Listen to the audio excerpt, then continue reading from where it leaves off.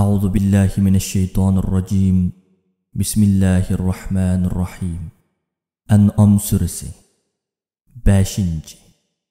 Nahayeti şefkatlik, tolumu mihriban Allah'ның ismi bilen başlayman.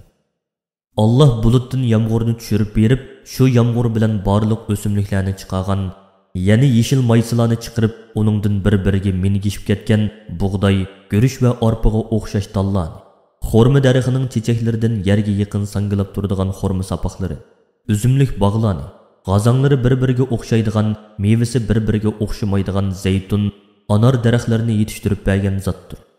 Ey insonlar, mushu o'simliklarning yangi tutgan mevasiga va pishgan mevasiga qarab beqinglar.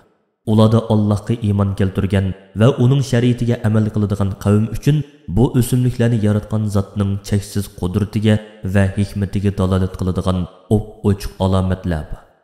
Ashu mushriklarni va jillarni Alloh yaratgan tursa, u mushriklar jillar bizga foyda yetkazalaydi va bizni ziyon zahmatdan qo'g'daydi deb e'tiqod qiladi. Ularni Allohga ibodatda sherik qilib olishdi. Halbuki Allah yegona yaratquchidir. Şunu o yalğız ibadet qılınışqa tegishlikdir.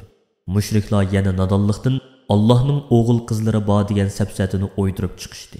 Halbuki Allah mushriklar mansub qilgan yolg'onlardan va to'qilmalardan albatta pokdir va ustundir.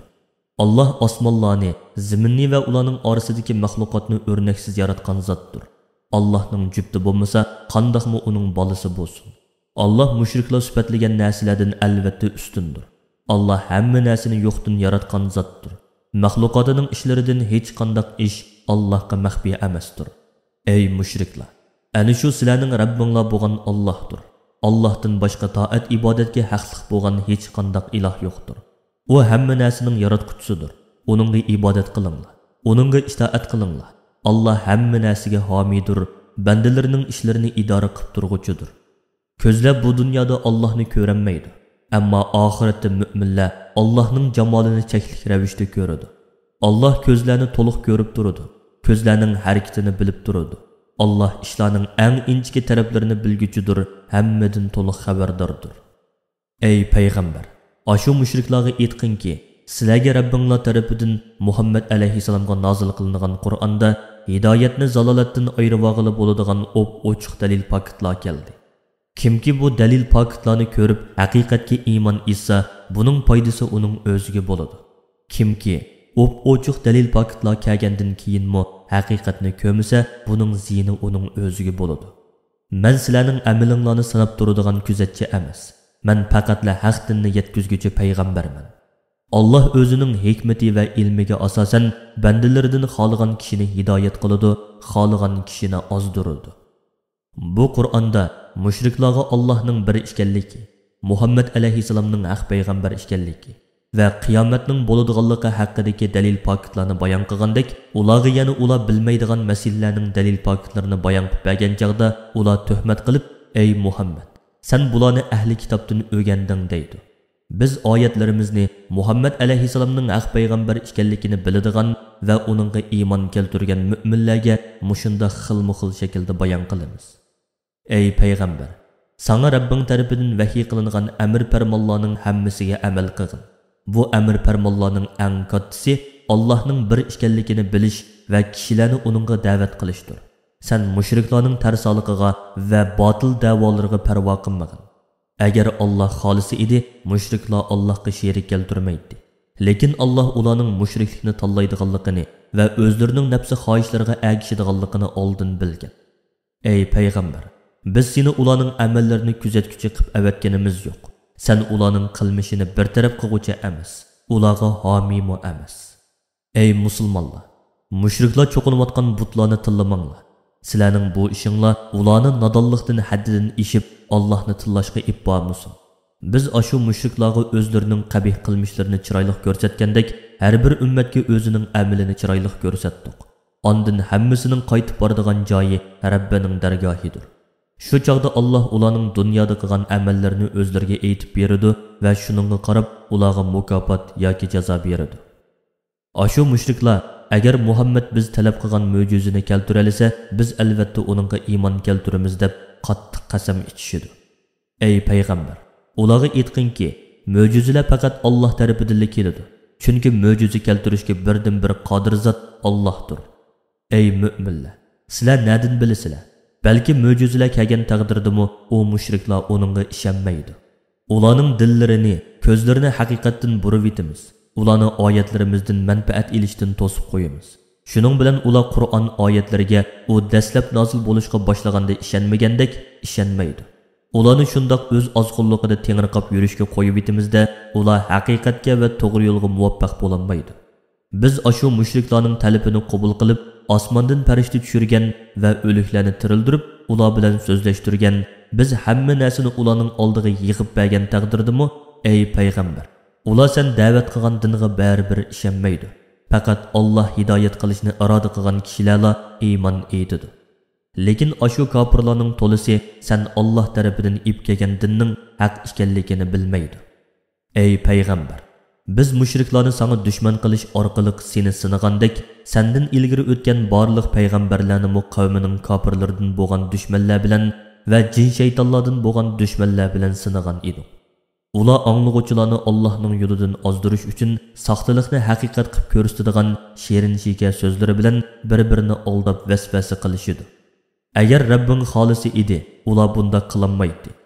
Lekin u Allohdan kelgan sinoqdir. Shunga ularni o'zlari to'qib chiqqan yolg'onlarga qo'yib berdi.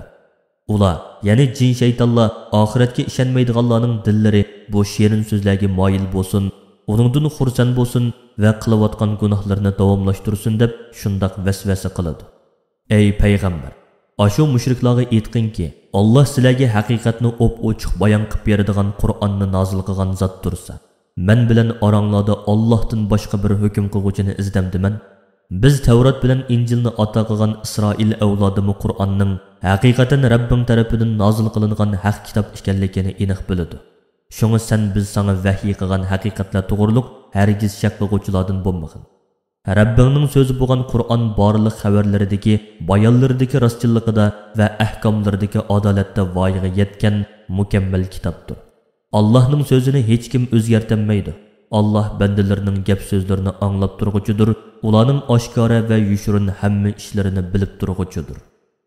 Ey payg'ambar, navoda sen yer yuzidagi kishilarning ko'pinchisiga itoat qilsang, u chaqda ular seni albatta Allohning dinidan ozdirib ketadi. Ular faqat ajdodlarini do'rab farazgila agishidi. Ular faqat yolg'onni so'zlaydi. Ey payg'ambar, shaksizki sening Rabbing to'g'ri yo'ldan ezib ketganlarni obdan biladi. Sizlardan va ulardan to'g'ri yo'lda izchil manganlarni obdan biladi. Agar sizlar Allohning oyatlariga iymon keltirguchi bo'lsanglar, Allohning ismi aytilib bo'g'izlangan hayvonlarning go'shini yanglar. Ey musulmonlar, zurriyat bo'lmoqchi yeyish harom qilingan narsalarni Alloh sizlarga ochiq bayon qilgan tursa, Allohning ismi aytilib bo'g'izlangan hayvonlarning go'shini nemishga yemaysizlar. Ochliqdan chorasiz qolganda o'zi o'lib qolgan narsaga o'xshash harom narsalardan jonni qo'g'dab qog'udek miqdorda iste'mol qilishga bo'ladi. Chunki bundoq vaqtda uni yeyishga bo'ladi. Nurg'ulg'an ozg'un kishilar nodonligidan o'zining nafsi xohishiga agishib, halol harom masalasida boshqalarni ozdiradi. Ey payg'ambar, shubhisizki sening Rabbing bu masalada haddan oshquchilarni obdan biladi. Ulardan hisob elish va jazosini berish uningga xosdir. Ey insonlar, gunohning oshkora va yushirin hammasini tashlanglar. Shaksizki Rabbim gunoh ma'siyat sodir qiluvchilarni bu qilmishlari sababli jazolaydi.